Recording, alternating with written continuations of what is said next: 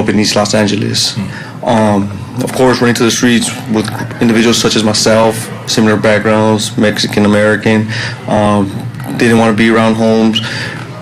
We usually just hung out on the street corners, whatnot, and eventually the local gang members approached us like, hey, since you're here posted up in the neighborhood, I think you should be from this neighborhood. So, of course, all the steps, fighting, getting in fights, robbing people, stealing. I got into my neighborhood when I was 13 years old. And that's how my lifestyle began, because I kept myself away from home, ran to the streets, and the streets was that family that I wanted, that family that we're all looking for. That father figure that I wanted ended up being a former gang member from my old neighborhood that I left, but he influenced me like, hey, look, you could have all this, you could have the money, you can have the women, you could have the drugs, you could have the guns, you could have the fame, come with us. And eventually, being a 13-year-old naive little kid, I was, I guess influenced into that lifestyle. To me, that was like, damn, he's making me this guy that's going to be a super gang member and, just get into trouble. Like, the more bad stuff you do, it's like the more they accept you, and a lot of us needed that, I guess, motivation, like, oh, you're doing good, you beat that guy up, that's props, and, good job, man, now go shoot this guy. That's the kind of manipulation that I went through as a minor, as a teenager. Everything went down from there. Growing up, just using drugs, still getting in trouble, partying. Till I was about 17 years old, I went on the run from the police department for aggravated assault. So that was my first actual offense with the law. So I'm not proud of it, but that's the lifestyle I grew up in. It's sort of a product of my environment, if you want to call it. So of course, after I got released, it was just, you got out of jail, you served your time, get the hell out of here, report to your probation officer. I went to my probation officer, so they're telling me I'm 18 years old, just fresh out of county jail. Go meet my probation officer for the first time. It's like, hey, Mr. Andrade, I'm your PO. You got to report to me, answer my calls at specific times. You need to pay this much money every time you come and see me. So it's like they wanted $100 every visit. It's like, I just got out of jail.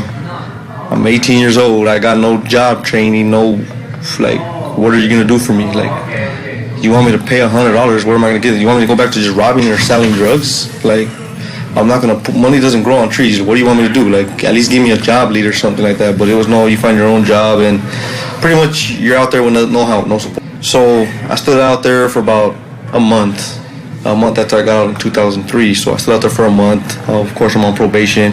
She called me up one day, David, you need to come in. You haven't been calling and reporting because I'm selling drugs. You want your $100, right? I got to make a living. So I didn't specifically tell them I'm selling drugs. It was like, look, I have to make money, so you didn't give me, I'm going to do what I do to get money, so you'd be happy that, So after that, I just went on the run. I AWOL from probation, so I had a warrant out for my arrest. During that time, I was still actively participating in the gang life, shooting people, robbing people, stealing and whatnot. More fights. It's just, like I said, a product of our environment. This is the way I was raised. My family was really no support because they were doing their own thing, and I wasn't living at my house. I left my house around 15 years old.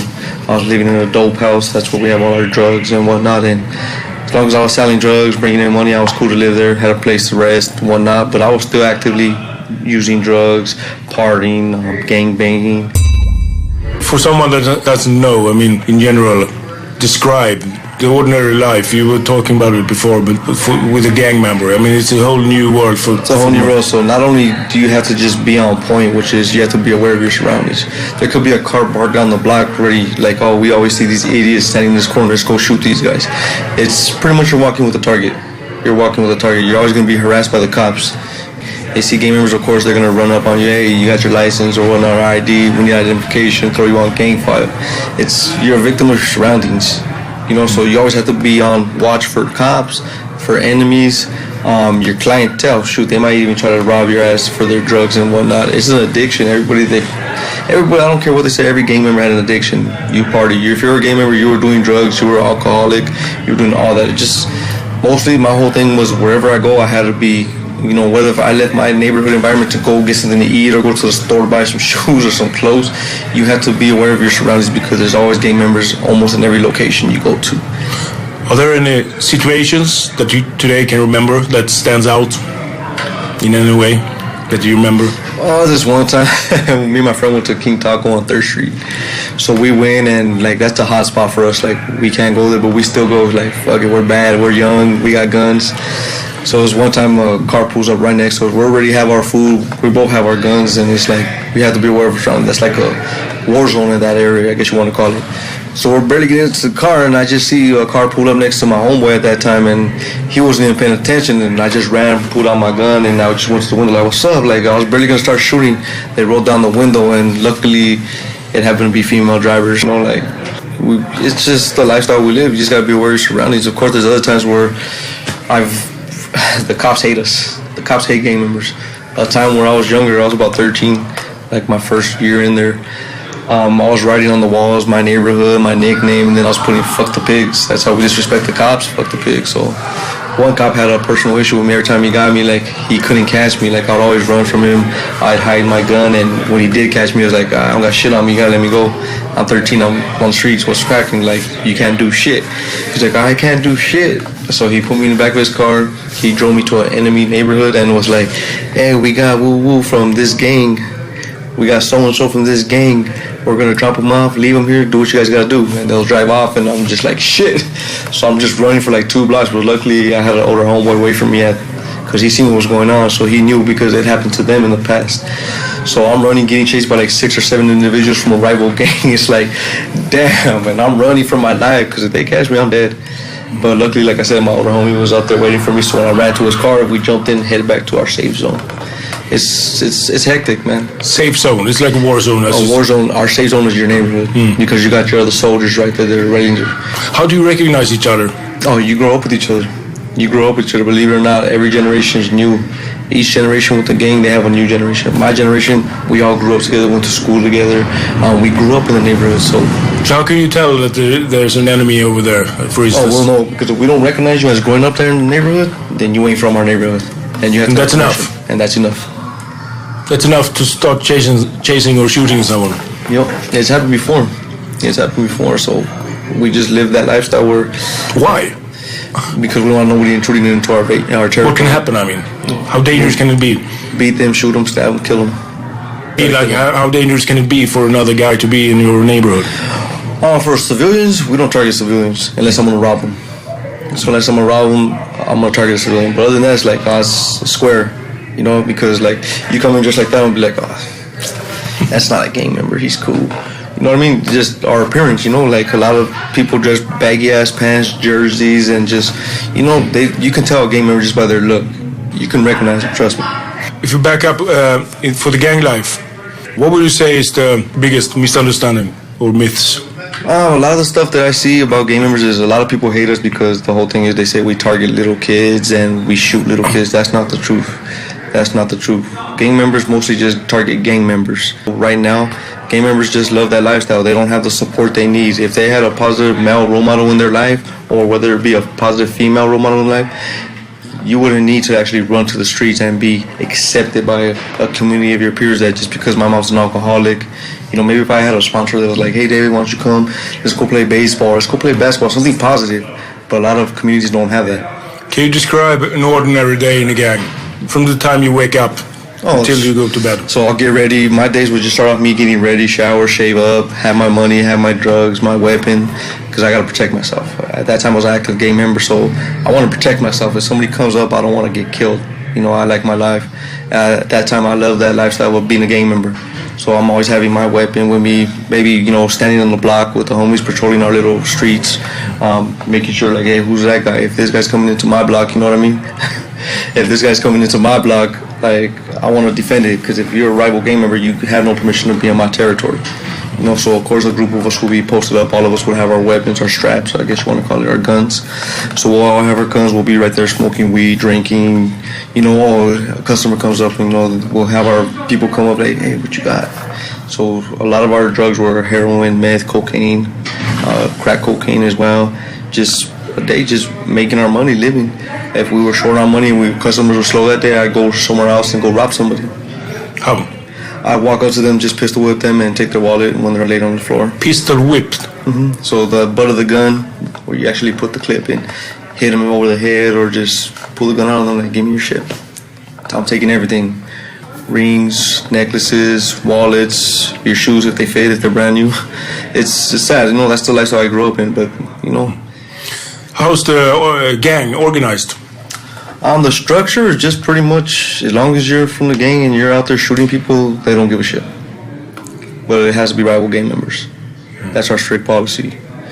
Rival gang members only. If we don't get along with you, we're going to shoot you. And if you have done something good in the other gang members' eyes, what happens? I mean, you get blessed with more drugs. It's like you're a celebrity. Like, hey, I shot this guy. Oh, he shot that guy. Huh? Let's give him some new guns. Let's give him more dope. Let's give him some money. Sort of like I guess, encourage you. And that's like the lifestyle. Just, hey, let's get this guy a car. Let's get this guy this. Let's do what we can. Let's let him live at the house right here, and he could run that dope spot making money. It's the lifestyle that it entails. It's always a lot of talk about this brotherhood thing, how strong it is. Well, how would you describe it? Is it like that, or is it? It's like a family thing. So, like, say if we grew up in the same environment, we known each other since we're kids. You're my brothers. You're that family I always wanted. If someone fucks with you, I'm gonna go shoot that guy. If someone fucks with you and we grew up together and we're part of the same gang, I'm gonna go fuck that fool off. Go kill him or shoot him or stab him, whatever we can do. It's that brother that, someone messed with the homie over there, we're gonna go fuck that fool up. But the brother, it is brother. It's like a family. The gang members are just like supposed to be family. But you don't realize that they're not family once you're incarcerated. You see the truth. What happens then? Well, my 9 years is supposed to be all my homies like, oh damn, the homie got locked up, he's doing this much time. In about a week they forget about you. Like all that money, all that pain and suffering you're causing out there running around shooting other gang members, you'd expect your family to have your back, but they don't. Eventually I caught a case that actually landed me 9 years in prison. It got sentenced to 10 years with 80%. I actually did 9 years, 4 months in the California State Department of Corrections. So what happened? I got arrested for attempted murder on a police officer. So it was attempted murder on a police officer, attempted carjacking, attempted kidnapping, assault with a deadly weapon, ex-felon with a gun, street terrorist acts, gang activity, gang injunction. So I was actually fighting 56 years to life. So it was an off-duty sheriff was my victim, and from there it just went bad. But luckily my lawyer was good enough to just give me 9 years with 80%. So I served 9 years, 4 months in the California Department of Corrections. Keep in mind that out of that whole 9 years, I did 7 years, 7 months for the California Department of Corrections. And I was 18 years old when I went to prison. I got out when I was 28. And growing up in prison, it's not like the movies. You see a lot of shit, but a lot of the stuff that you see there is not specifically what happens in the movies. You see stabbings, riots, of course, that we have to partake in because it's segregated by race. So the system sets you up for failure. So, blacks this side, whites this side, Mexicans this side, Asians this side. So anything can set us off and you have to fight. You figure your homies and shit, these are people that you would ride for, go shoot somebody over, back them up, go beat somebody up, you expected that loyalty from that family because you thought that was your family. When I was in there, nobody sent me money. Not one of my homeboys sent me money, so it's like, damn, hey, aren't you supposed to be my brother? Aren't you supposed to be my homie? We grew up together in the streets. You call me your brother, you let me live with you, and you can't even send me $20 to buy some soap and toothpaste. So you really, really see where your loyalty lies.